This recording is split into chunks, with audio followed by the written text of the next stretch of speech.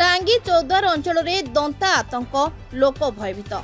दंता हाथी गतकाली आज पर्यंत 3टी जिलार वन विभाग कर्मचारी को नाकेदम कलानी। गाँ भितर पशि बिलरू धान फसल खाऊची, बाड़ी घर पनीपरिबा खाऊची। सूचना अनुसार जाजपुर जिला धर्मशाला ब्लॉक रे उत्पाद करथिबा गजराज गुरुवार सकाळु कटक जिला टांगी चौद्वार ब्लॉक रे प्रवेश करछि।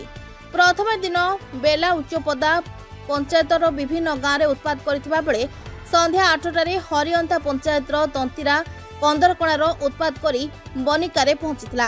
परे चौद्वार प्रवेश पथरे जाई चौद्वार सहर भितरे पशि मंडापड़ा ढिओसाही नुआपाटना होई बाली जंगल रे एबे रहिछि।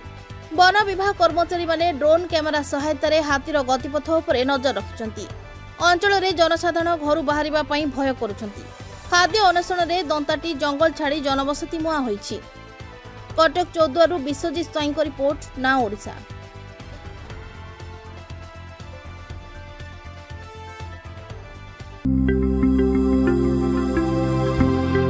लेटेस्ट न्यूज अपडेट पाई www.naodisha.com को लॉगिन करंतु।